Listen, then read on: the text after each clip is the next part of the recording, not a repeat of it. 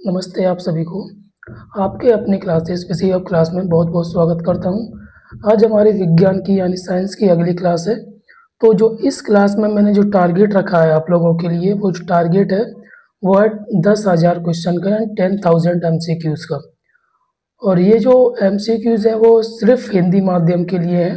जो भी स्टूडेंट हिंदी माध्यम का है वो ये क्लासेस लेना चाहता है तो उन सभी का यहाँ पर स्वागत है।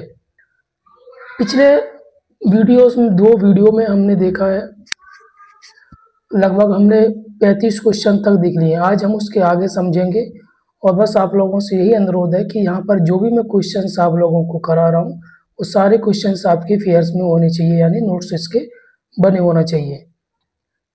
ओके, तो आज हमारा जो टॉपिक है, आज हमारी जो क्लास स्टार्ट होगी वो 36 क्वेश्चन से होगी। यानी पिछले 2 वीडियोस में हम 35 क्वेश्चन देख चुके हैं। तो यहाँ पर मैंने जो भी क्वेश्चन आपको करा रहा हूँ वो क्वेश्चन प्रीवियस ईयर में किसी न किसी एग्जाम्स में आए हुए हैं। तो आज का हमारा पहला प्रश्न है, हमारी पृथ्वी में सबसे अधिक मात्रा में कौन सी धातु मौजूद है। ये क्वेश्चन 2023 के CGL में आया है टीयर 1 में। ठीक है, तो इसका लोहा, एल्यूमिनियम, तांबा, जिंक। तो इसका सही आंसर क्या है? एल्यूमिनियम, यानी बी आंसर इसका सही है।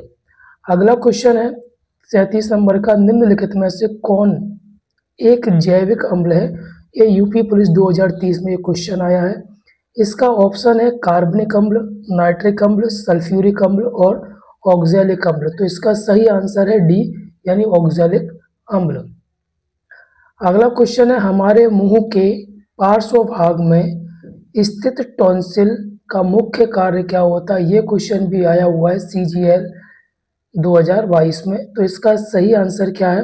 पहले इसके हम ऑप्शन देख लेते हैं। तो लार का निर्माण करना, रोगाणुओं का विनाश करना, हार्मोन का स्राव करना, खमीर का स्राव करना। तो इसका आंसर है बी, यानी रोगाणुओं का विनाश करना।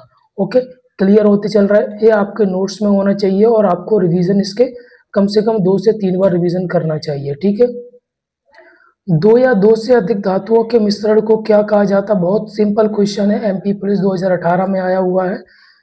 अमलगम, क्षारीय धातु, उत्कृष्ट धातु या मिश्र धातु। बहुत ही लॉलीपॉप क्वेश्चन था ये। ठीक है, चलिए, निम्नलिखित में से कौन सा पदार्थ फ्लोरीन के साथ अपक्रिया यानी रिएक्शन करके ब्लीचिंग पाउडर का उत्पादन करता है? तो बुझा हुआ चूना, बिना बुझा चूना, चूना पत्थर या जिप्सम। तो इसका सही आंसर है बी, यानी बिना बुझा हुआ चूना।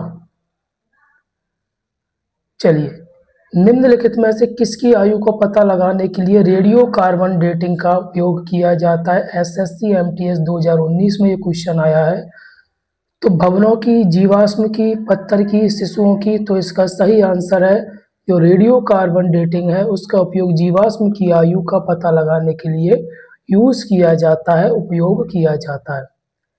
ठीक है, चलिए, अगला है, यदि लाल और हरे रंगों को आपस में मिला लिया जाए तो ये कौन सा रंग बनेगा? ये इम्पोर्टेंट क्वेश्चन नहीं है और किसी भी एग्जाम में आया हुआ भी नहीं है, लेकिन कभी किसी एग्जामिनर का अगर दिमाग सटक जाए तो ऐसे क्वेश्चन भी आ जाते हैं। तो इसका सही आंसर है पीला।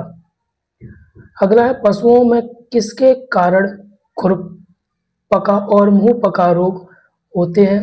इसका ऑप्शन है जीवाणु, प्रोटोजोआ, विषाणु, कीट। तो ये क्वेश्चन इंपॉर्टेंट है, ये क्वेश्चन पूछा भी जाता है। तो ये वायरस की वजह से ये रोग होते हैं। अगला है, ट्यूबलाइट के में मुख्यतः कौन सी गैस भरी जाती है? ऑर्गन और मीथेन, पारे का वाष्प और आर्गन, हीलियम और पारे का वाष्प, हीलियम और आर्गन। तो इसका आंसर बी सही है, पारे का वाष्प और आर्गन। तो ये क्वेश्चन आपके मैं फिर से दोहरा देता हूँ कि बहुत इंपॉर्टेंट क्वेश्चन मैं यहाँ पे आपको ये करा रहा हूँ। अगला है, ठोस की शुद्धता का निर्धारण किसके द्वारा किया जाता है? क्वथनांक बिंदु के द्वारा, हिमांक बिंदु के द्वारा, गलनांक बिंदु के द्वारा, निम्न में से कोई नहीं। मतलब कोई चीज कितनी ठोस है इसका निर्धारण, ठीक है, तो किस पर किया जाता है? गलनांक बिंदु। यानी कोई चीज अगर ज्यादा समय में गलेगी तो वो उतनी ज्यादा ठोस है, अगर कम समय में वो चीज पिघल जाएगी या निकल जाएगी तो वो कम ठोस है।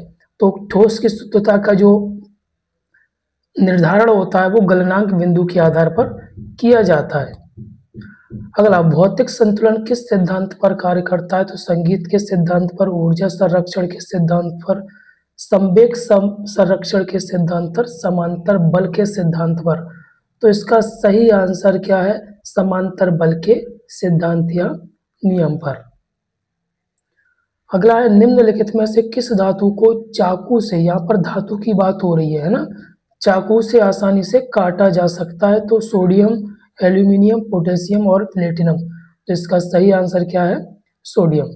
अगला है, निम्नलिखित में से किसमें स्थितिज ऊर्जा, स्थितिज ऊर्जा का मतलब होता है कि इसमें ऊर्जा भरी होती है लेकिन वो एक स्थित रहती है। जैसे कि अगर मैं आपको एक एग्जांपल देता हूँ, जो वॉशिंग मशीन होती है उसमें हम क्या करते हैं, ऐसे ऐड देते हैं उसकी चाबी को, तो वो क्या होती है, धीरे धीरे धीरे धीरे चलती है वो, ठीक है। तो वो भी धीरे धीरे क्या होती जाती है, खत्म होती जाती है। तो एक तो आपको जो चाबी वाली घड़ी होती है उसमें स्थितिज ऊर्जा होती है, वॉशिंग मशीन में स्थितिज ऊर्जा होती है, यानी वो उसमें बल भरा है, वो बाहर निकलना चाहता है लेकिन उसको धीरे धीरे उसको निकाला जाता है, यानी उसको रोक के रखा जाता है, ठीक है ना। उसको बोला जाता है स्थितिज ऊर्जा। बांध के पानी में, उड़ते हुए वायुयान में, गिरते हुए नारियल में, या सभी में? तो इसका सही आंसर है बांध के पानी में। अगला है, मनुष्य का सामान्य रक्तचाप यानी ब्लड प्रेशर जो नॉर्मल होता है वो कितना होता है?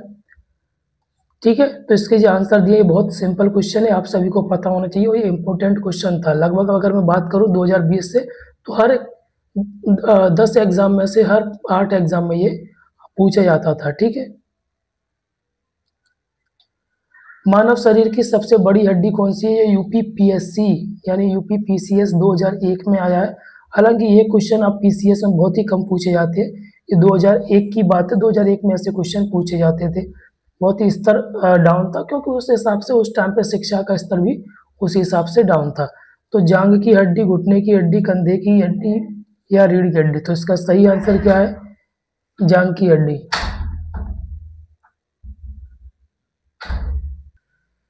ठीक है, तो आज के ये हमारे क्वेश्चंस हैं। आज मैंने 15 क्वेश्चन कराए हैं, इससे पहले मैंने 20 कराए थे, उससे पहले मैंने 15 कराए थे। तो टोटल मिला के आपके 50 क्वेश्चंस हो गए हैं। इनको आप अपने नोट्स में बताइए और इसके 2 से 3 बार रिवीजन कीजिए, ठीक है। Okay, thank you.